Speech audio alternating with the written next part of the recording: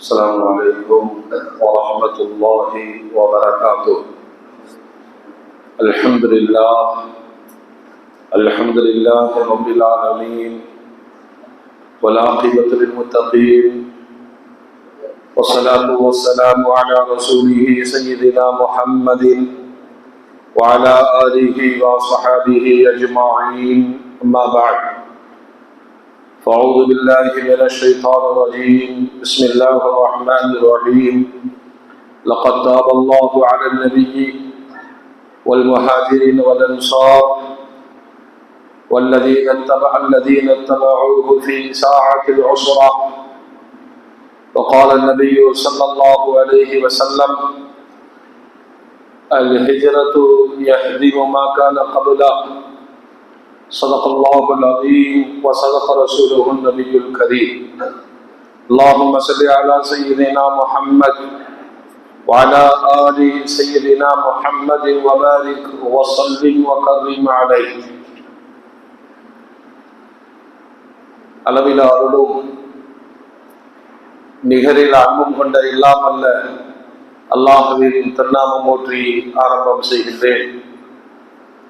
சாந்தியும் சமாதானமும் ஈருலக சந்தா அகிலத்தின் அருட்கொடை பிரபஞ்சத்தின் பேரொளி நம் உயிரிழந்த மேலாகிய கண்மணி நாயகம் ஹஜ்ரத் முஹம்மது ரசூலுல்லாஹ் ஸல்லல்லாஹு அலைஹி வஸல்லம் அன்னவர்களின் மீதும் அன்னாரின் அடிச்சுவற்றை பின்பற்றி வாழ்ந்து வழிகாட்டிய உத்தம சத்திய சஹாபாக்கள், தாபிஈன்கள், தபஅத் தாபிஈன்கள், லௌலியாக்கள், நாதாக்கள், ஷுஹதாக்கள், குறிப்பாக பரக்கத்து நிறைந்த ரஜபுடைய மாதத்தில் பரக்கத்தான ஜும்மாவுடைய நன்னாளில் அல்லாஹ்வுடைய இல்லத்தில் சங்கமித்திருக்கிற நாம், நம் மக்கள், உலக மூமின்கள் அனைவர் மீதும் அல்லாஹ்வின் பேரருள் என்றென்றும் நின்று நிலவட்டுமாக. ஆமீன். அல்ஹம்துலில்லாஹ். கண்ணியத்திற்கும் மரியாதைக்கும் உரிய அல்லாஹ்வின் நல்லடியார்களே, அருமையான மூமின்களே, சகோதரர்களே, அல்லாஹ் ஜல்ல ஜலாலுஹு அமல்களை அதிகமாக செய்து கொள்வதற்கான பெரும் வாய்ப்பாக புனிதமான ரஜபுடைய மாதத்தை அல்லாஹ் நமக்கு வழங்கி இருக்கிறார். நபிகள் நாயகம் ஸல்லல்லாஹு அலைஹி வஸல்லம் ரமலானின் முன்னேற்பாடாக இந்த ரஜபுடைய மாதத்தை அடையாளப்படுத்தி, ரஜபிலும் ஷாபானிலும் அல்லாஹ் பரக்கத்து செய்யட்டும் என்ற துஆவையும்,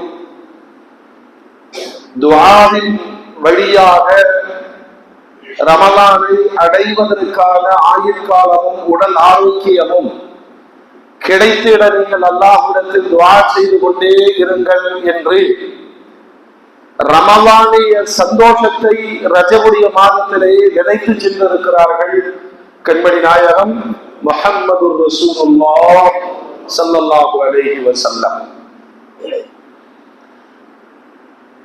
நம்முடைய தேவைகளுக்காக பல மாதங்கள், சில நேரங்களில் வருடக்கணக்குகளில் காத்திருக்கிற வழக்கம் நமக்கு இருக்கிறது. ஒரு திருமணத்தை நடத்தி முடிப்பதற்கு 6-7 மாதங்கள் காத்திருக்கிற சூழ்நிலைகள் நமக்கு ஏற்படும். ஒரு வீட்டை கட்டி குடியேறுவதற்கு வருடங்கள் காத்திருக்கிற மனிதர்கள் உண்டு. நம்முடைய மறுமைக்காக நிறைய அமல்களை சம்பாதித்துக் கொள்வதற்கான வாய்ப்பு ரமலான். அந்த ரமலானுடைய வருகையை குறைந்தது 2 மாதங்களுக்கு முன்பாக நீங்கள் தொடங்கி விடுங்கள் என்பதுதான் இந்த துஆவுடைய செய்தியாகும். பெருமானார் ஸல்லல்லாஹு அலைஹி வஸல்லம் பயன்படுத்திய வார்த்தைகளில் அதிகபட்சம் இந்த சமூகம் பயன்படுத்திக் கொண்டே இருக்கிறது பரக்கத். ரஜபிலே பரக்கத்து செய் என்று அல்லாஹ்வுடைய ரசூல் அதோடு முடித்துக் கொள்ளாமல் நிறைய விஷயங்களில் பரக்கத்தை தேடி பயணிக்க வேண்டும் என்று உபதேசம் செய்திருக்கிறார்கள். இந்த பரக்கத் என்ற அரபி வார்த்தைக்கு ஒரே ஒரு மொழியாக்கத்தை சொல்லி முடிக்க முடியாது. டிரான்ஸ்லேட் பண்ணா பரக்கத்திற்கு இதுதான் அர்த்தம் என்று சொல்லிவிட முடியாது. பரக்கத்திற்கான அர்த்தமும் பரக்கத்தானது. ஆயுளை குறிக்கும், அபிவிருத்தியை குறிக்கும், சந்தோஷத்தை குறிக்கும், நல்ல மனைவியை குறிக்கும், நல்ல வீட்டை குறிக்கும். இப்படி நிறைய பொருட்களை உள்ளடக்கிய ஒரு வார்த்தை தான் நபிகள் நாயகம் ஸல்லல்லாஹு அலைஹி வஸல்லம் இந்த சமூகத்திற்கு வழக்கத்தில் இந்த வார்த்தையை பயன்படுத்தி தந்திருக்கிறார்கள். விளங்குகிற விதத்தில் சொல்ல வேண்டுமானால், பொருள் குறைவு, பயன் நிறைவு. குறைவான பொருளை கொண்டு நிறைவான பயனை எதுவெல்லாம் தருகிறதோ. சில பேர் ஒரு காரியம் சாதிப்பதற்கு 5 மணி நேரம் காத்திருப்பார். இன்னொருத்தர் சொல்றார், போன 5 நிமிஷத்துல முடிச்சுட்டு வந்துட்டார். அவருக்கு நேரத்தில் அல்லாஹ் பரக்கத்து செய்திருக்கிறார். ஒருவர் 5000 செலவு செய்கிறார், இன்னொருத்தர் 500 ரூபாய் அந்த வேலையை முடிச்சிடுறார். இப்படி எல்லா இடத்திலேயும் குறைந்த பொருளில் நிறைவான பயனை எதுவெல்லாம் தருகிறதோ அது பரக்கத்து. அப்படி பார்த்தால் ரமலானுடைய மாதம் என்பது ஒரு சின்ன அமலுக்கு 70 நன்மைகளை அல்லாஹ் கொட்டி கொடுக்கிறார். எண்ணத்தை பொறுத்து 700 வரைக்கும் அது வாய்ப்பு இருக்கிறது. ஒரு சுபஹானல்லாஹ் 700 சுபஹானல்லாஹ்வுடைய நன்மையை பெற்றுத் தரும். ஒரு ரகாத் 700 ரகாத்துகளுடைய நிறைவை பெற்றுத் தரும்.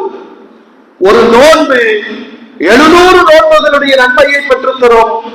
வாழ்நாள் முழுவதும் கடினமாக செயல்பட்டாலும் சம்பாதிக்க முடியாத நன்மைகளை அந்த ரமலான் பெற்றுத் தருகிறது. அதனுடைய பரக்கத்தின் வீரியத்தை இந்த மாதத்திலிருந்து நீங்கள் தொடங்குங்கள் என்றுதான் அருமைநாயகம் ஸல்லல்லாஹு அலைஹி வஸல்லம் இந்த உம்மத்திற்கு ரமலானிய தூண்டுதலை இந்த ரஜபில் கற்றுத் தந்திருக்கிறார்கள். வல்ல ரப்புல் ஆலமீன் நிறைவான பரக்கத்தோடு ரமலானை அடையக்கூடிய, அமல் செய்யக்கூடிய, வெற்றி பெறக்கூடிய தௌஃபீகை அல்லாஹ் நமக்கும் நம்முடைய குடும்பத்தார்களுக்கும் நசீபாக்கி தருவானாக. மூமின்களே, வரலாற்றில் நிறைய செய்திகளை தன்னுள் அடக்கி இருப்பதுதான் இந்த ரஜபுடைய மாதம். ஒரு மாதம் கழிகிறது அல்லது ஒரு மாதம் வருகிறது என்று சொன்னால் அதனுடைய வரலாறுகளையும் இந்த சமூகம் பாடமாக்கி கொள்ள வேண்டும். பெருமானார் ஸல்லல்லாஹு அலைஹி வஸல்லம் 13 ஆண்டு காலம் மக்காவில் ஏகத்துவ பிரச்சாரத்தை முன்னெடுக்கிறார்கள். நல்லா கவனிக்கணும், அல்லாஹ்வுடைய ரசூல் அவர்களின் உழைப்பில் ஒரு துளியாவது நம்மிடம் இருக்கிறதா என்பதை உணர வேண்டும். 13 ஆண்டுகளும் தன்னுடைய தேவையை விட இந்த மனித சமுதாயம் அல்லாஹ் என்று உச்சரிக்க வேண்டும். கடல் கடந்து உலக நாடுகள் முழுவதும் வியாபித்திருக்கிற இந்த லா இலாஹ இல்லல்லாஹ் மக்காவின் தெருக்களில் பெருமானாருடைய வாயிலிருந்து புறப்பட்ட வார்த்தை உலக மக்களுடைய செவிகளிலேயும் உள்ளத்திலேயும் இந்த வார்த்தையை அமர வைத்து விட வேண்டும். கடும் போராட்டம். வெறும் வார்த்தைகளை சொல்லி பிரச்சாரம் செய்துவிட்டு போனார்கள் என்று வரலாற்றை முடித்துவிட முடியாது. இந்த வார்த்தையை பிரயோகிப்பதற்காக அடி உதை, கொலைகள், ஊரை விட்டு ஒதுக்குதல், குடும்பங்களை பிரித்தல், பொருளாதாரத்தை அபகரித்தல், சொல்லனா துன்பங்களுக்கு பெருமானார் ஆட்படுத்தப்பட்டார்கள். அதோடு மட்டுமல்லாமல் ஏற்றுக்கொண்டவர்களையும் கடுமையான சோதனைக்கு ஆட்படுத்தினார்கள். ஒரு கட்டத்திலே அந்த ஏழை மாலைகள் பெருமானாரிடம் வந்து அழுகிறார்கள், யா ரசூலுல்லாஹ், எங்கள் பாதுகாப்பிற்கு வழி இருக்கிறதா? நீங்கள் அல்லாஹ் என்று சொன்னீர்கள், நாங்கள் அல்லாஹ் என்று ஏற்றுக்கொண்டோம். இது என்ன வார்த்தை ஜாலம் அல்ல. அல்லாஹ் என்பதை ஏற்றுக்கொண்ட பிறகு அல்லாஹ் அல்லாத அத்துணையும் நிராகரிக்க தொடங்கினார்கள். விக்கிரக ஆராதனையை புறக்கணித்தார்கள், மௌட்டீக வழிபாடுகளை புறக்கணித்தார்கள், ஜாகிலியத் என்று சொல்லக்கூடிய அறியாமை அனுஷ்டானங்கள் அனைத்தையும் விட்டொழித்தார்கள். அவங்க வார்த்தையில ஒன்னே ஒண்ணுதான், அல்லாஹ். எவ்வளவு கடினமான வாழ்க்கை முறை என்பதை நாம் உணர வேண்டும். சமூகத்தினுடைய அத்தனை தீமைகளும் குடிகொண்டிருந்த சமூகம், அறியாமையினுடைய மொத்த பிறப்பிடம், வழிபாடுகளில் மோசமான வழிபாடு, ஒரு வார்த்தையால் அனைத்தையும் நிராகரிக்கிற அந்த மனிதர்களுக்கு எவ்வளவு சோதனைகள் வந்து சேர்ந்திருக்கும். பெருமானாரிடம் கேட்கிறார்கள், யா ரசூலல்லாஹ், மாற்று வழி இருக்கிறதா? பாதுகாப்பு இருக்கிறதா? அபயம் இருக்கிறதா? அல்லாஹ்வுடைய ரசூல் சொன்னார்கள், ஒன்றும் கவலைப்படாதீர்கள். இந்த மக்காவோடு நல்லுறவில் இருக்கக்கூடிய ஹபஷா, அபிசீனியா, தற்போதைய எத்தியோப்பியா, இந்த நாடு, அதை ஆட்சி செய்யக்கூடிய நஜாஷி மிக நல்லவர். அபயம் தேடி எத்தியோப்பியாவிற்கு நீங்கள் பயணம் செய்யுங்கள். குர்ஆன் சொல்லுகிறது, ஈமானுக்காக நாடு துறந்த முதல் மனிதர் சையதுனா இப்ராஹிம் அலைஹிஸ்ஸலாம், அடுத்ததாக லூத் அலைஹிஸ்ஸலாம், அதற்கடுத்து எனது குடும்பம். இப்படி ஒரு சின்ன குழுவை பாதுகாப்பிற்காக அயல் நாட்டிற்கு ஹிஜ்ரத் பயணம் அனுப்பி வைத்த பெருமானார் அதற்கு தலைவராக தனது மருமகன் உஸ்மான் ரலியல்லாஹு அன்ஹு, தனது மகள் ருக்கையா இருவரையும் தலைமையாக்கி எத்தியோப்பியாவிற்கு அனுப்புகிறார்கள் நபிகள் நாயகம் ஸல்லல்லாஹு அலைஹி வஸல்லம். மோமின்களே, இந்த ரஜபுடைய மாதத்தில் தான் அந்த 12 பேர்கள் கொண்ட அந்த சின்ன குழு, வேறு எந்த காரணமும் இல்லை நாடு துறப்பதற்கு, வீடு துறப்பதற்கு, ஊரை துறப்பதற்கு, அல்லாஹ் என்ற வார்த்தையை சுதந்திரமாக மொழிய வேண்டும். அந்த வார்த்தைக்கு பின்னால் வந்திருக்கிற குர்ஆன் சுதந்திரமாக சத்தமிட்டு ஓதிட வேண்டும். அந்த குர்ஆன் கற்பித்த தொழுகையை தடையின்றி தொழுதிட வேண்டும். இதற்காக சொந்த மண்ணிலிருந்து இன்னொரு நாட்டிற்கு அபயம் தேடி முதலாக இதே ரஜபுடைய மாதத்தில் நடந்தது எத்தியோப்பியாவுடைய ஹிஜ்ரத், இஸ்லாமிய வரலாற்றில் முதல் ஹிஜ்ரத். சும்மா நான் மெதுவா கேட்பாங்க, யா ரசூலல்லாஹ், வரலாற்று சிறப்பு மிக்க ஒரு பயணம் நடைபெறுகிறது, தாங்கள் இல்லையே யா ரசூலல்லாஹ்? அல்லாஹ்வுடைய ரசூல் சொன்னாங்க, நீங்க போங்க, எனக்கான அனுமதி இன்னும் அல்லாஹ்விடமிருந்து வரவில்லை.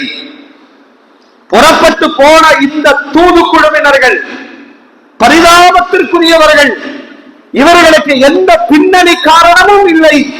ஏன் ஊரை விட்டு போற? அல்லாஹ் என்று நான் சுதந்திரமாக மொழிய வேண்டும். ஆண் பெண் என கடந்து புறப்பட்ட இந்த குழு பாய்மர கப்பலில் எத்தியோப்பியா போய் சேருகிறார்கள். அங்கு கிறிஸ்துவ ஆட்சி நடக்கிறது. மன்னர் நஜாஷி நல்லவர், உண்மையான கிறிஸ்துவர். இவர்களுடைய வருகையை கேள்விப்பட்ட வணிக ரீதியாக தொடர்புள்ள மக்கத்து காப்பீர்கள் உடனடியாக புறப்பட்டு எத்தியோப்பியாவிற்கு போனார்கள். இங்கும் நிம்மதியாக இருக்கக்கூடாது, அங்கும் நிம்மதியாக இருக்கக்கூடாது. நஜாஷியை சந்தித்து அபயம் தேடி வந்திருப்பவர்கள் பாவப்பட்டவர்கள் அல்ல, இவர்கள் தீவிரவாதிகள், இவர்கள் எங்கள் சமூகத்தை உடைத்தவர்கள், குழப்பவாதிகள், இப்படி எல்லாம் சொல்லி அந்த நஜாஷி மன்னரிடம் போன பொழுது அவர் சொன்னார், என்னிடம் அபயம் தேடி வந்தவர்களை ஒருபோதும் கைவிட மாட்டேன். தோற்று போனது இந்த குழு. மறுநாள் அமர்ந்து யோசித்து பிரச்சனையை வேறு ரூபத்தில் கொண்டு வர வேண்டும் என்பதற்காக மன்னரை போய் சந்தித்தவர்கள் சொன்னார்கள், வந்திருப்பவர்கள் யார் தெரியுமா? முஸ்லிம்கள். முஸ்லிம்கள் என்று சொன்னாலே குழப்பவாதிகள். நீங்கள் நம்பி இருக்கிற ஜீசஸ், ஈசா அலைஹிஸ்ஸலாம் அவர்கள் குறித்து தவறான அபிப்பிராயம் கொண்டவர்கள். நீங்க வேணா கூட்டு விசாரிச்சு பாருங்க. உங்களுடைய நாடு கிறிஸ்துவ நாடு, உங்களுடைய ஆட்சி கிறிஸ்துவ ஆட்சி. ஆனால் வந்திருப்பவர்கள் அந்த கொள்கைக்கு எதிரானவர்கள். முஸ்லிம்கள் பயந்து போனார்கள். மீண்டும் மன்னர் அழைக்கிறார். என்ன சொல்வது? தொழுதார்கள், துஆ செய்தார்கள். தங்களுடைய குழுவின் சார்பாக ஜாஃபர் இப்னு அபீ தாலிப், ஹஜ்ரத் அலி ரலியல்லாஹு அன்ஹு அவர்களுடைய சகோதரர், அவரை அரசரிடம் பேசும்படி படித்தார்கள். முஸ்லிம்களுடைய நிலைப்பாடு. ஒரு சின்ன காரியமா இருந்தாலும் ஆளாளுக்கு பேசக்கூடாது. ஒரு அமீரை நியமித்து அவர்களின் சார்பாக ஒருவர் பேச வேண்டும், அது தெளிவாக இருக்கும். அவர் அல்லாஹ்விடத்திலே துஆ செய்தார். தன் தோழர்களிடம் சொன்னார், சத்தியத்தை மட்டுமே பேசுவேன். அபயம் அளிக்கிறார் என்ற காரணத்தினால் மாற்றி பேச முடியுமா? கிறிஸ்துவ அரசாங்கம் என்பதற்காக இறங்கி போக முடியுமா? அல்லாஹ் இருக்கிறார். அரசரை கூடி இந்த கேள்வியை மன்னர் எழுப்புகிறார். நாங்கள் நம்பி இருக்கிற கிறிஸ்தவ கொள்கை ஈசா அலைஹிஸ்ஸலாம் குறித்து உங்களுடைய நிலைப்பாடு என்ன? அல்லாஹ் அக்பர். புலவரிய தியாகங்களை செய்த ஒரு உம்மத்தின் வழியே வந்தவர்கள் நாம் இல்லையா? பெருமானாரும் முஹாஜிர்களும் அன்சாரிகளும் குர்ஆனில் அல்லாஹ் பாராட்டுறான். இந்த குழுக்கள் இல்லை என்று சொன்னால் ஈமானிய சமூகம் கிடையாது. அவர் போய் நின்றுட்டு தைரியமா சூரா மரியம் ஓதுகிறார்.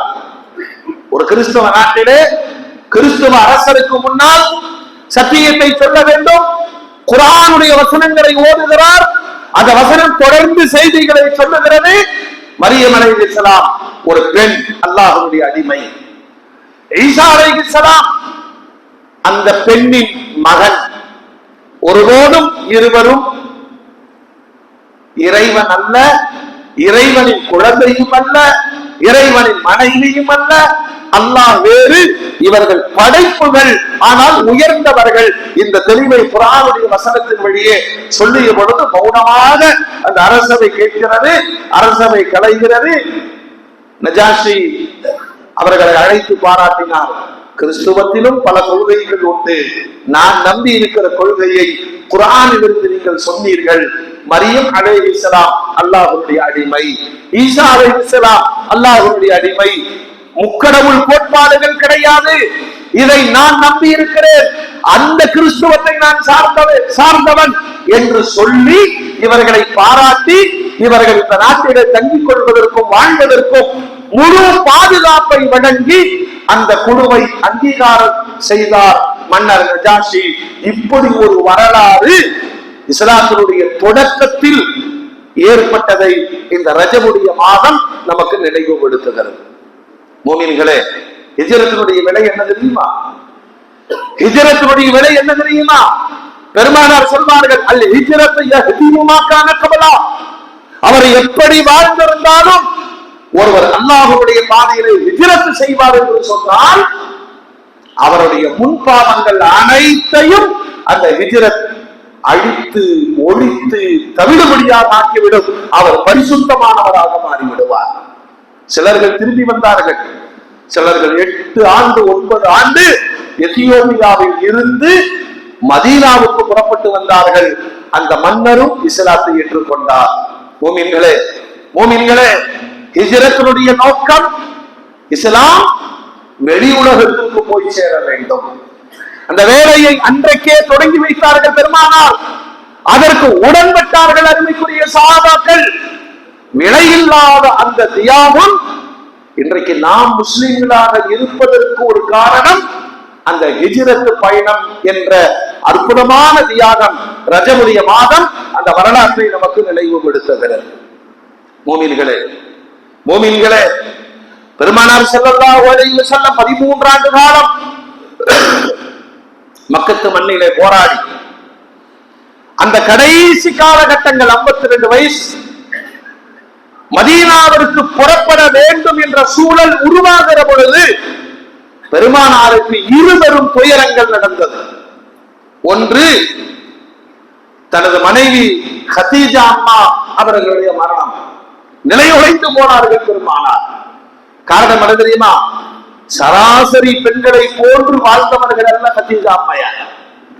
பெருமானாரை சொல்வார்கள், மற்ற மனைவிமார்களை பார்த்து பெருமானார் சொல்லுகிற பொழுது சொன்னார்கள், உங்களில் யாரும் பெண்களுக்கே உரித்தான விமர்சனம் என்ற ரீதியிலே என் கதீஜாவை யாரும் விமர்சித்து விடாதீர்கள். நீங்கள் தராத குழந்தை பாக்கியத்தை அவர் தந்தார். தன்னுடைய செல்வம் அனைத்தையும் தியாகம் செய்தார். முதலாக இஸ்லாத்தை ஏற்றுக்கொண்டார். அத்தனை சிறப்புகளுக்கு சொந்தக்காரர் கதீஜா அம்மையார் பெருமானாரோடு மக்காவின் வாழ்க்கையில் நெடுகிலும் தியாகத்தை மட்டுமே அனுபவித்தவர்கள் அதன் வழியிலே இறந்து போனார்கள். பெருமானாரை நிலைகுலைய செய்தது.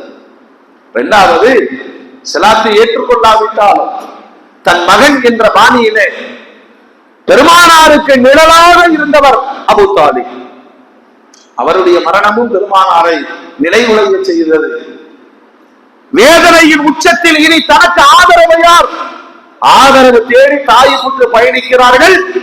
அங்கு கல்லால் அடித்து விரட்டப்பட்ட பெருமானார் திரும்ப மக்காவிற்கு வருகிற பொழுது ஜாமீன் இல்லாமல் சொந்த ஊருக்குள் வர முடியாது என்ற நிர்பந்தத்தில் மக்காவின் வெளியிலே காத்திருக்கிறார்கள் பெருமானார்.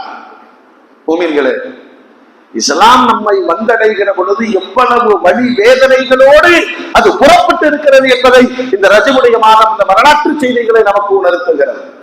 சொந்த ஊருக்குள்ள நுழைய முடியாது, ஜாமீன் பெற்றுதான் வர வேண்டும். ஒரு நல்ல மனிதர் காபிராக இருந்தாலும் பெருமானாருக்கு ஜாமீன் கொடுத்தார். மக்காவிற்குள் நுழைந்த பெருமானார் தன் சகோதரியினுடைய வீட்டிலே உறங்கிக் கொண்டிருக்கிற பொழுதுதான் உலக வரலாற்றில் யாருக்கும் சம்பவிக்காத ஒரு நிகழ்வை அல்லாஹ் தனது ஹபீப் கண்மணி நாயகம் முத்து முஹம்மது ரசூலுல்லாஹ் ஸல்லல்லாஹு அலைஹி வஸல்லம் அவர்களுக்கு மிஅராஜ் என்ற ஒரு நிகழ்வை, மின்னேற்ற பயணத்தை ரஜபுடைய மாதத்தின் 27ஆம் நாள் நிகழ்த்தி காண்பித்தான் என்பது வரலாறு. மோமின்களே, இஸ்லாமிய வரலாற்றிலே இன்ன வரைக்கும் விவாதத்திற்கு உட்பட்ட ஒன்று மிஅராஜ். இன்னமும் ஒரு கூட்டம் அதை சந்தேகப்படுகிறது.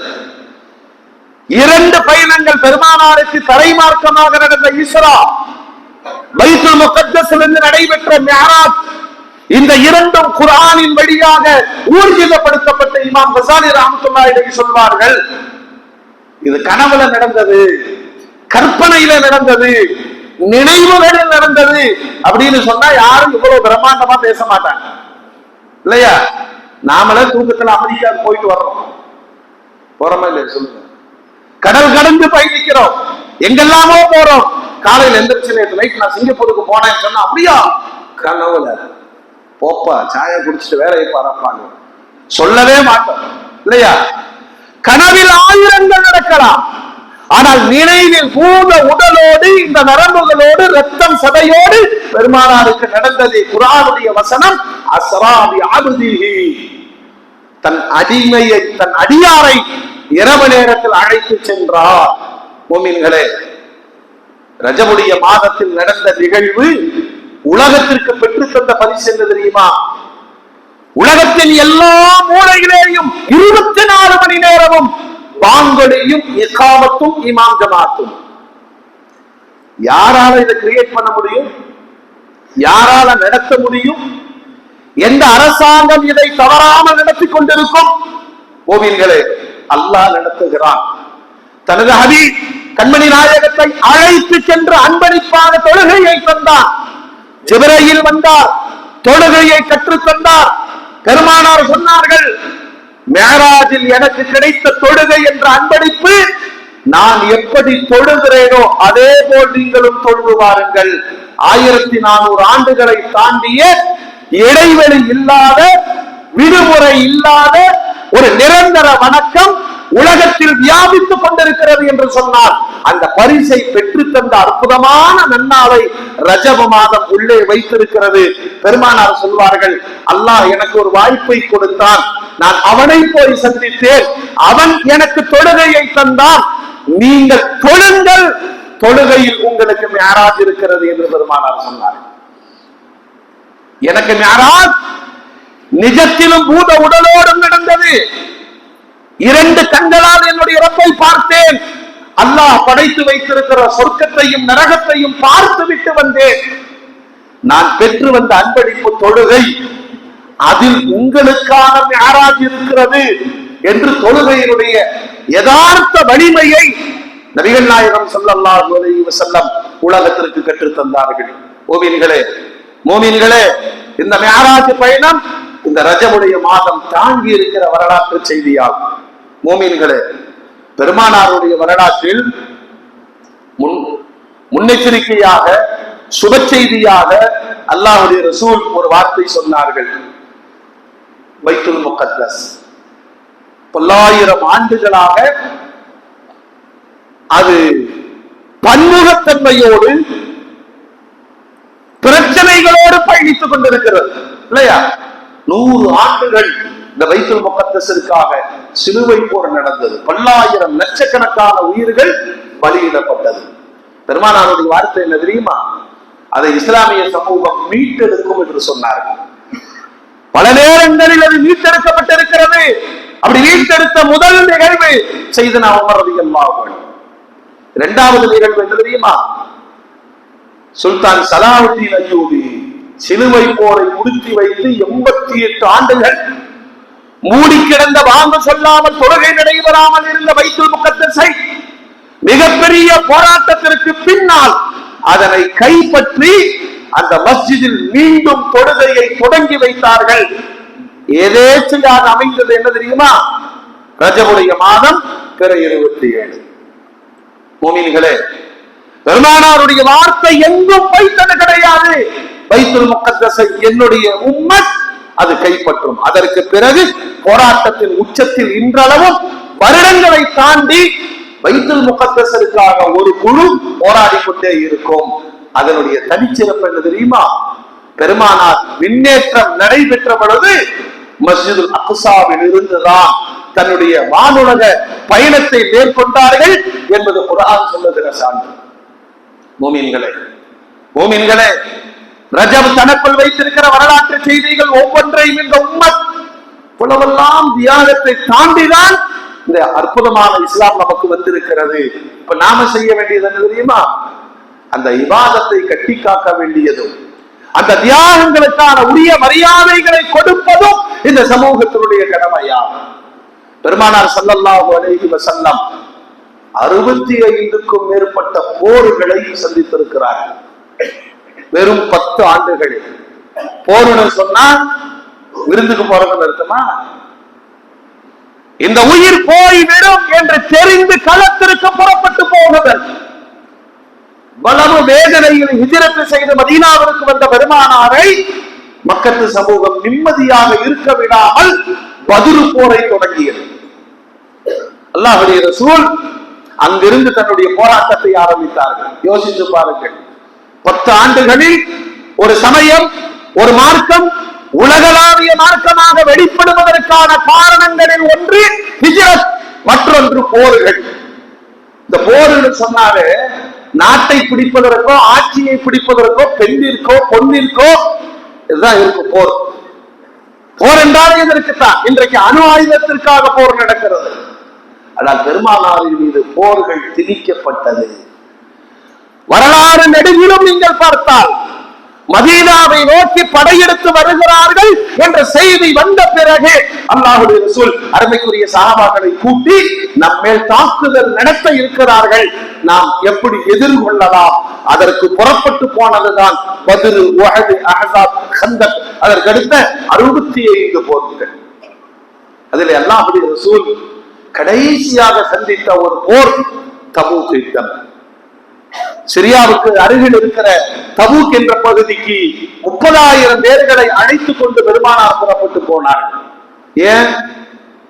ஏன் இந்த இஸ்லாம் மக்காவை விட்டும் மதீனாவை விட்டும் வெளிநாடுகளுக்கு பயணப்பட்ட பொழுது இந்த போன சஹாபாக்கள் எல்லாம் வணிகம் மட்டும் செய்தார்களா என்றால் வணிகத்தின் அடையாளத்தில் மார்க்கத்தை கொண்டு போய் சேர்த்தார்கள்.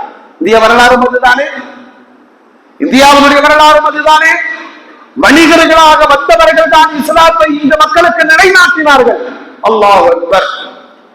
பெருமானார் இருக்கிற பொழுதே உலக நாடுகள் அனைத்திற்கும் இஸ்லாம் வெளிப்பட தொடங்கியது.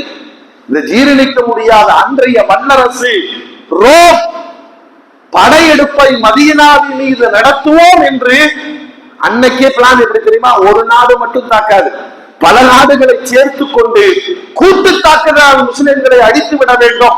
மதீனாவை நோக்கி ரோம் படையெடுக்கிறது என்பதை கேள்விப்பட்ட பெருமானார் அருமைக்குரிய சஹாபாக்களை அழைத்து கேட்கிறார்கள், நம் மீது தாக்குதல் வருகிறது, என்ன செய்யலாம்?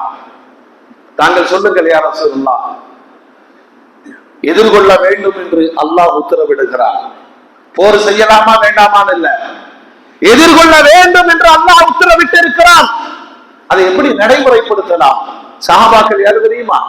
பெருமானார் அழைத்து விட்டால் சாப்பாட்டிலிருந்து எழுந்து ஓடி வருவார்கள், மனைவியை விட்டு எழுந்து ஓடி வருவார்கள்.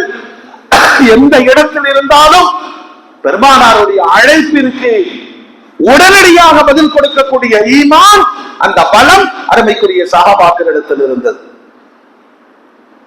என்ன சொல்லுவாங்க தெரியுமா? யா ரசூலல்லாஹ், நீங்கள் என்ன சொன்னாலும் செய்கிறோம், எங்களுக்கு அபிப்பிராயங்கள் கிடையாது. இப்படியா, இங்கிருந்து தொலை தூரத்தில் இருக்கிற தபூக், சிரியா வரைக்கும் பயணப்படும். சரி யா ரசூலல்லாஹ். காரணத்தையும் சொன்னார்கள். ரோமர்கள் இஸ்லாத்தை அழிப்பதற்காக மதீனாவை நோக்கி பயணப்படுகிறார்கள். 1,00,000 படை, 30,000 பேர்களை அழைத்துக் கொண்டு அல்லாஹ்வுடைய ரசூல் இந்த பயணத்தை கிளப்புகிற பொழுது குர்ஆன் சூரத்து தௌபாவிலே ஒரு நீண்ட வரலாற்றை சொல்லுகிறது. பெருமானாருக்கு அன்றைக்கு இருந்த பெரும் தலைவலி மக்கத்து காபீர்கள் ஒண்ணு. இரண்டாவது, மதீனாவிற்குள் இருந்து கொண்டு பெருமானாருக்கு எதிராக செயல்பட்ட முனாஃபிக்குகள், நயவஞ்சகர்கள். இதுதான் ரொம்ப ஆபத்துங்க. வெளியில் இருக்கிற ஆபத்து தெரிஞ்சிடும், உள்ளுக்குள்ளேயே இருந்து கொண்டு தொழுவான், நோன்பு வைப்பான், சலாம் சொல்லுவான், மூமினாக அடையாளம் காண்பிப்பான். ஆனால் இஸ்லாத்திற்கும் அல்லாஹுக்கும் அல்லாஹுடைய ரசூலுக்கும் துரோகம் இழைப்பான். பெருமானார் சொல்லுவாங்க, அந்த முனாஃபிக்கு முடிஞ்சிருச்சு. ஆனா அந்த குணம் இந்த சமூகத்தில் இருக்கும். அல்லாஹ் பாதுகாப்பானாக, அல்லாஹ் பாதுகாப்பானாக. ஏன்னா பெரும் பெரும் திட்டங்கள் எல்லாம் இந்த முனாஃபிக்குத்தனத்தினால் தவிடுபொடியாகி கொண்டிருக்கும். இந்த சமூகத்துல இருக்கிற மாதிரி ஆள்காட்டிகள் வேற சமூகத்துல இருக்காங்களா? அவன் முஸ்லிமா இருப்பான், தொழுவான், ஒரு ஜமாத்துல இருப்பான். ஆனால் இந்த சமூகத்திற்கு எதிராக காட்டி கொடுக்கும் வேலையை தாராள மனதோடு செய்வார்கள். இது பெருமானாருடைய வாக்கு. முனாஃபிக்குகள் அழிந்து விட்டார்கள், முனாஃபிக்குத்தனம் இருக்கும். அல்லாஹ்வுடைய ரசூல் சொன்னாங்க, வாக்கு கொடுத்தா மாத்தம் செய்வான், பேசினால் போய் பேசிட்டே இருப்பான், சண்டை வந்தா தகாத வார்த்தைகளில் பேசுவார். முனாஃபிக்குகளின் அடையாளத்தை பெருமானார் எச்சரிக்கையோடு இந்த உம்மத்திற்கு சொன்னார். இப்பொழுது புதிதாக அயல் நாடுகளும் கிறிஸ்தவ யூத சமூகமும் கிளம்பி இருக்கிறது. இத்தனை எதிர்ப்புகளோடு அல்லாஹ் என்ற வார்த்தையை நிலைநிறுத்துவதற்காக பெருமானார் புறப்பட்டு போனார்கள். தப்சீர்கள்ல பெருமானாருக்கு இருக்கிற அற்புதங்களை இப்படி கோடிட்டு காண்பிப்பார்கள். பெருமானாருடைய தனிச்சிறப்பு என்ன தெரியுமா? அந்த பெயரை கேட்டாலே எதிரிகளுக்கு பயம் ஆட்கொள்ளும். ஆளெல்லாம் வரணுங்கிற அவசியம் கிடையாது. முஹம்மது என்ற திருநாமத்தை கேட்டாலே அவர்களுடைய இதயங்கள் பயத்தால் கவ்விக்கொள்ளும். அப்படி ஒரு பலகீனத்தை எதிரிகளுக்கு அல்லாஹ் வைத்திருந்தார். எவ்வளவு பெரிய வல்லரசு! பெருமானார் 30,000 பேர்களை அழைத்துக் கொண்டு புறப்படுகிற பொழுது சமூகத்தில் நிறைய சிக்கல்கள். என்ன சிக்கல் தெரியுமா? முதல்ல கிளைமேட் சரியில்லை. உலகம் ஆச்சரியமா பார்க்குது. பாலைவனத்தில் மழை கொட்டி தீர்க்கிறது. இந்த மழையை எதிர்கொள்கிற இயற்கை சூழல் அந்த மக்களுக்கு கிடையாது. கடுமையான வெயில் காலம் ஒண்ணு, வறுமை, பஞ்சம், உணவு பற்றாக்குறை. இப்படியான ஒரு சோகமான சூழ்நிலையில் போர் பிரகடனப்படுத்தப்படுகிறது. மூமின்களே, இதுதான் நம்முடைய ஈமானிய பலமாக பார்க்க வேண்டும். அந்த அருமைக்குரிய சஹாபாக்கள் எல்லா விஷயத்திலும் அல்லாஹ் ரசூலை முன்னிலைப்படுத்தினார்கள். இதே ரஜபுடைய மாதம் ஹிஜ்ரி 9 பெருமானாருடைய போர்களில் கடைசி போராக தபூக் அமைந்தது. 30,000 பேரோடு பெருமானார் புறப்பட்டு போகிறார்கள். இதுக்கு இடையில என்ன நடந்தது தெரியுமா? ரோமில் இருந்து புறப்பட்டு மதீனாவை நோக்கி வந்து கொண்டிருந்த அந்த பெரும்படை, அவர்களுக்கு பயம் ஏற்பட்டது. போரே நடக்கல, முகமது கிளம்பிட்டாராமா, முஸ்லிம்கள் கிளம்பிட்டாங்களாமா, என்ன நடக்குமோ? கூட்டணி உடைந்தது, தலைமைகள் தடுமாறியது, வருகிற வழியிலேயே போர் நிறுத்தம் என்று அவர்கள் வெள்ளை கொடி காட்ட ஆரம்பித்து விட்டார்கள். 20 நாட்கள் தங்கி இருந்த பெருமானார் காலித் இப்னு வலீதை அனுப்பி பெரும் செல்வங்கள் கொள்ளை பொருளாக போர் இல்லாமலேயே முஸ்லிம்களுக்கு வந்து சேர்ந்தது. அல்லாஹ்வுடைய ரசூல் 20 நாட்கள் பயணத்தில் இருந்து இந்த கடுமையான வேதனைகள் சோதனைகளோடு மதீனாவிற்கு திரும்பி வந்தார்கள். வரலாறு என்ன சொல்லுது தெரியுமா? ரஜபுடைய மாதத்தில் நபிகள் நாயகம் ஸல்லல்லாஹு அலைஹி வஸல்லம் மேற்கொண்ட சோதனையிலும் பயங்கரமான சோதனை. இந்த போர் தபூக்னு சொன்னாலும் குர்ஆனுடைய மொழியில் கஷ்டமான போர் உஸ்ரா என்று குர்ஆன் குறிப்பிடுகிறது. ஆனால் அல்லாஹ்வுடைய ரசூல் 2 விஷயத்தை அங்க நடத்தினாங்க. இந்த போரின் பின்னணியில் முஸ்லிம் யாரு, முனாஃபிக் யார் என்று காலம் அவர்களை அடையாளப்படுத்தியது. முனாஃபிக்குகளா லைனா வந்து சொன்னாங்க, நாயகமே ரொம்ப கஷ்டமா இருக்கு, உடம்பு சரியில்லை, எங்கிட்ட வாள் இல்லை, போறக்கு வாகனம் இல்லை, மனைவி பிரசவமாக இருக்கிறா, இப்படி எல்லாம் காரணம் சொல்லி ஒதுங்கி கொண்டார்கள். அல்லாஹ்வுடைய ரசூல் ஆனந்தப்பட்டார்கள். ஒதுங்கியவர்கள் எல்லோரும் முனாஃபிக்குகள், வந்தவர்கள் அத்துணையை சொர்க்கவாதிகள். பூமியிலே உலோகவை வரலாற்றுல குர்ஆனில் இந்த நீண்ட அத்தியாயத்தை சொல்லி வருகிற ரப்புல் ஆலமீன் ஒரு 3 மனிதர்கள் எவ்வளவு இறை அச்சத்தோடு வாழ்ந்திருக்கிறார்கள். எப்பயுமே பிரச்சனைகள் வந்தா ஏதாவது ஒரு பொய்யை சொல்லி அதுல இருந்து ரிலீஃப் ஆகணும் அப்படிங்கிறத நம்முடைய மனம் சொல்லும். அதுக்கு என்ன பொய்ய சொல்லும், என்ன பொய்ய சொல்லும். எப்ப வரல, சில பேர் துணிந்து சொல்லுவார்கள், எங்க அம்மா மௌத்தா போச்சு, அந்த அம்மா மௌத்தா 6 வருஷம் இருக்கும், துணிந்து சொல்வார்கள். ஒரு 3 நபர்கள் அல்லாஹ்வுடைய ரசூல் கிளம்புகிற பொழுது போருக்கு அழைத்தார்கள். பெருமானார் நாயகமே கொஞ்சம் சின்ன சின்ன பிரச்சனை இருக்கு. அதாவது தோட்டத்துல அறுவடைக்கான சீசன் கடைசி, அதுல காபுன்னு மாறிக்கிறது எல்லாரும் சொல்றாரு. அன்னைக்கு நான் இளைஞரா இருந்தேன், துடிப்பானவனா இருந்தேன், பதில் போர்ல இருந்து எல்லா போர்லையும் கலந்திருக்கிறேன். அதனால நாயகமே நீங்க முன்னாடி போங்க, நான் வந்துடுறேன், நான் வந்து சேர்ந்து விடுவேன். அவர் உண்மையிலே தான் இருந்தார். இப்படி 3 பேர்கள் தன்னுடைய சில சுய தேவைகளை முடித்துக் கொண்டு போருக்கு போய்விட வேண்டும் அப்படின்னு நினைச்சாங்க. காலம் அவர்களை கட்டி போட்டது. இன்னைக்கு போலாம், நாளைக்கு போலாம் அப்படின்னு நினைத்து நினைத்து நாட்கள் நகர்ந்தது. பெருமானார் போர் முடித்து விட்டு மதீனாவிற்கு திரும்பி விட்டார்கள்.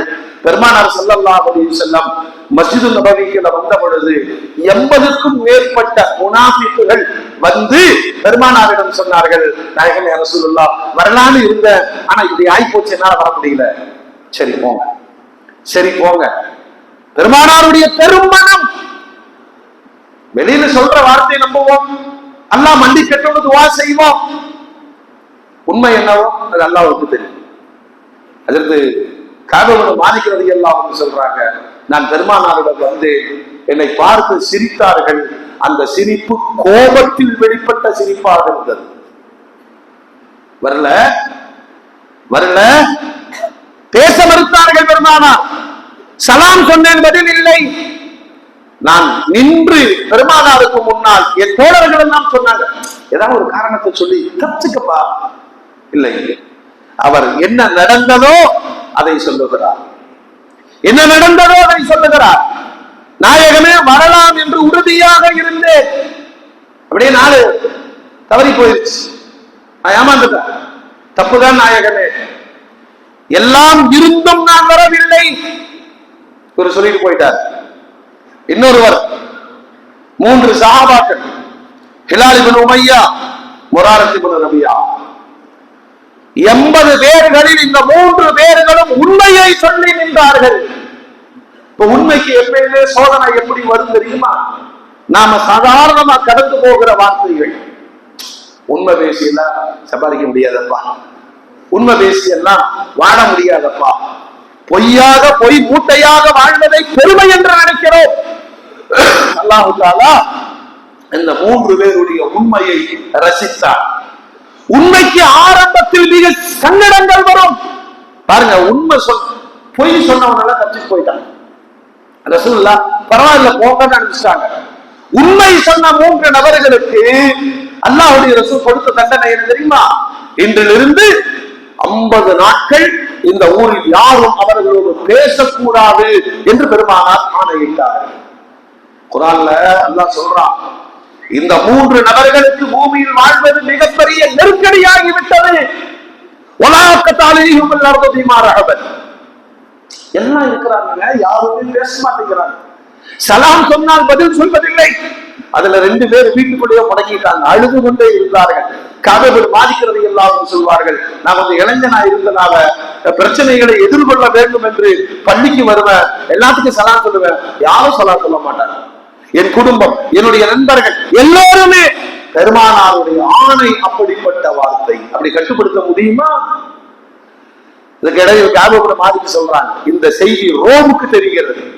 3 பேரை பெருமானார் ஊர் விளக்கு செய்து விட்டார்கள் அப்படின்னு தெரிந்தவுடனே ரோமிலிருந்து ஒற்றன் தேடி வந்தால் மதீனாவுக்குள் யார் இந்த காபூர் மாதிரி? நல்லா கவனிக்கணும். கொஞ்சம் பலகீனமான மனிதர்களை மாற்றுத்தளம் விலைக்கு வாங்கிவிடும். அந்த சமூகத்திற்கான நிரந்தர ஆபத்து. கொஞ்சம் பலகீனமானவன், பணத்தாசை பிடிச்சவன், பதவியாசை பிடிச்சவன், தனக்கு கிடைப்பதற்காக சமூகத்தை காட்டி கொடுத்து விடுவார்கள்.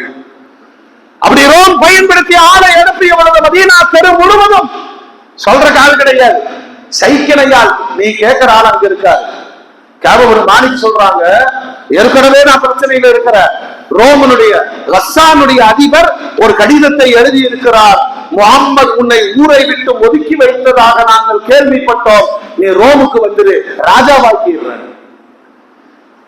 இவர் சொல்றாரு, அல்லாஹ் ரப்பே ஏற்கனவே பெரும் சோதனைகளை மாற்றி இருக்கிறார், இது வேறு விதமான சோதனை வருகிறது.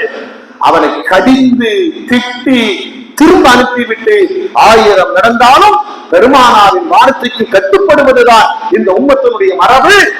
உங்க வேலைக்கெல்லாம் நான் ஆள் இல்ல, துரத்தி விட்டுட்டார். 40 நாட்கள் முடிகிற பொழுது இந்த மூவரையும் பெருமானார் அழைத்து சொல்லுகிறார்கள், இன்னையிலிருந்து உங்க மனைவி கூட சேரக்கூடாதுன்னாங்க.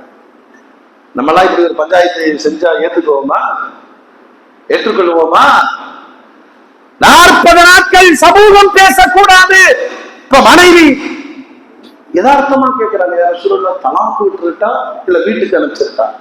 நான் தலாக்கு விட சொல்லவில்லை, உன் மனைவி உனக்கு உரிமை இல்லை, வீட்டுக்கு அனுப்பிச்சிருங்க.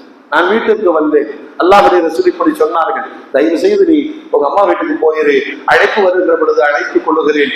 இன்னமும் அனாதையாக நாங்கள் விடப்பட்டோம். வரலாறு என்ன? உண்மை பேசியதற்காக. உண்மை பேசியதற்காக அல்லாஹ் ரசிக்கிறான், அல்லாஹ் ரசிக்கிறான். 10 நாட்கள் கடந்து போனது, 50 நாட்கள் அனாதையாக இருந்தோம், மனைவியும் இல்லை.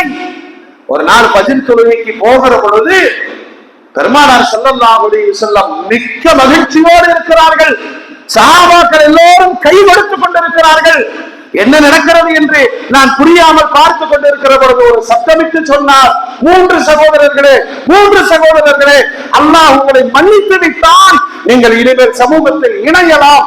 இந்த வார்த்தையை கேள்விப்பட்டு பெருமானாரை நான் சந்திக்க போன பொழுது அப்பவும் எனக்கு டவுட், ரசூலுல்லாஹ் மன்னிச்சாங்களா அல்லாஹ் மன்னிச்சாங்களா?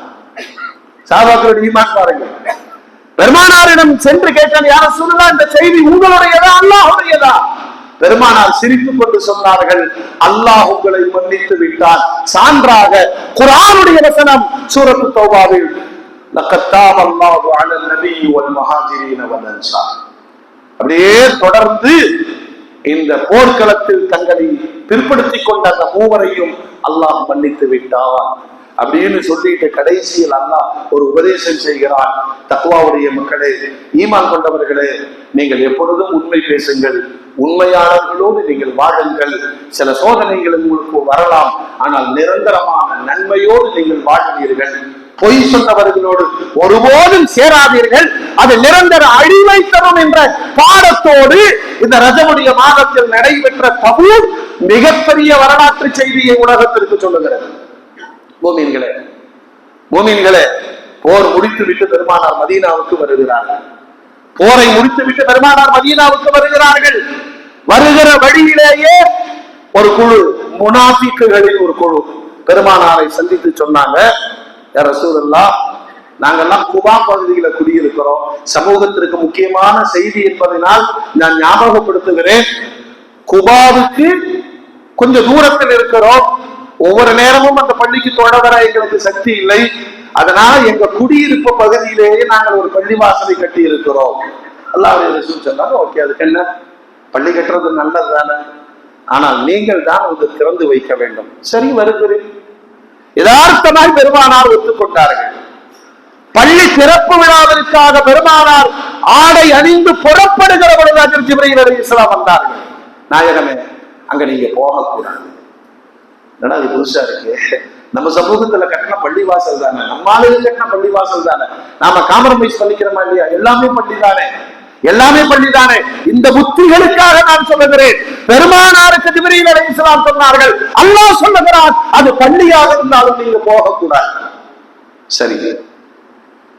இரண்டாவது, அந்த பள்ளி வாசலை நீங்கள் இடிக்க வேண்டும். இதெல்லாம் பயங்கரமா இருக்கு. சொல்லிவிட்டு குர்ஆனுடைய வசனத்தை ஜிப்ரீல் அலைஹிஸ்ஸலாம் இறக்கி விட்டு போனார்கள். வல்லதீன தகது மஸ்ஜிதன் திரார். அவன் கட்டினது பள்ளி தான், ஆனா இடையூறு பள்ளி வாசல் நாங்க பேரு. யாருக்கு இடையூறு சொல்லுங்க? யாருக்கு இடையூறு? மூமின்களுக்கு இடையூறு. உங்களுக்கு எதிராகவே ஒரு பள்ளி வாசல் தோற்றத்தில் ஒரு கட்டிடம் அமைக்கப்பட்டிருக்கிறது. சரி, அங்க என்ன செய்வாங்க? குஃப்ர், அல்லாஹ்வுக்கு மாற்றமான செய்திகள் அங்கு பேசப்படும். மூமின்களுக்கு மத்தியில பிரிவினையை பேசுவார்கள். எதிரிகளுக்கு பதுங்கு இடமாக ஆக்கி கொடுப்பார்கள். அல்லாஹ்வுடைய ரசூல் சஹாபாக்களை கூட்டிட்டு போய் அதை இடிச்சு தரமட்டமாக்கி மதீனாவின் குப்பை மேலாக ஆக்கியதாக வரலாறு. மூமின்களே, இது நமக்கும் பாடம். கற்றதெல்லாம் பள்ளிவாசல் கிடையாது, கண்டவன் கற்றதெல்லாம் பள்ளிவாசல் கிடையாது. அந்த இடத்தில் தொழுவதெல்லாம் தொழுகையாக அமைந்து விடாது. நீங்கள் தேர்ந்தெடுப்பு ஒரு அடையாளம் இருக்குங்க. பெருமானாரிலிருந்து ஒரு அடையாளம் இருக்கிறது. இப்படி சில நிறைய போலி கட்டடங்கள் உருவாகும். அதெல்லாம் நீ பள்ளியை நம்பிடாத, அந்த காசு கொடுக்காம அங்க தொழுக போகாத, அங்க தொழுதால் கூடாது, அதை தகர்க்க வேண்டும். ஏன்னா பள்ளிவாசலுக்கான ஒரு முறைப்படுத்தப்பட்ட அமைப்பும் அல்லாஹ்வுடைய ரசூல் தந்திருக்கிறார்கள். குர்ஆனில் அல்லாஹ் வெளிப்படுத்துறான். எண்ணங்கள் மாறும். ஜமாத்தை உடைக்கணும், தனி பள்ளிவாசல். எங்க கொள்கைக்காக தனி பள்ளிவாசல். இவன் நினைச்சதை சாதிக்கிறோம். அவர்கள் யாரோடும் காம்ப்ரமைஸ் செய்து கொள்வார்கள். ரஜபுடைய மாதத்தில் நடைபெற்றுள்ள வரலாறுகள் அனைத்தும் இந்த சமூகத்திற்கு பெரும் பாடமாக முன்வைக்கப்படுகிறது. வல்ல ரப்புல் ஆலமீன் இந்த பாடங்களை நாம் பதிக்க வேண்டும், வாழ்க்கையாக்கிக் கொள்ள வேண்டும். அல்லாஹ்விடத்தில் அதிகம் துஆ செய்ய வேண்டும். நல்லவர்களாக வாழ்ந்து, உண்மையாளர்களாக வாழ்ந்து, தக்வாவோடு இஹ்லாஸோடு மறுமையில் வெற்றி பெறுவதற்காக, நம்முடைய அமல்களை பெருக்கிக் கொள்வதற்கான பெரும் வாய்ப்பு ரஜபும் ஷாபானும். ரமலானை அடையக்கூடிய பாக்கியத்தையும் ஆரோக்கியத்தையும் ஆயுட்காலத்தையும் அல்லாஹ் நீடித்து தந்து இந்த ரமலானை பரிபூரணமான அமல்களால் அலங்கரிப்பதற்கு அல்லாஹ் தௌஃபீக் செய்வானாக. வ ஆகிரு தஅவானா அனில் ஹம்துலில்லாஹி ரப்பில் ஆலமீன்.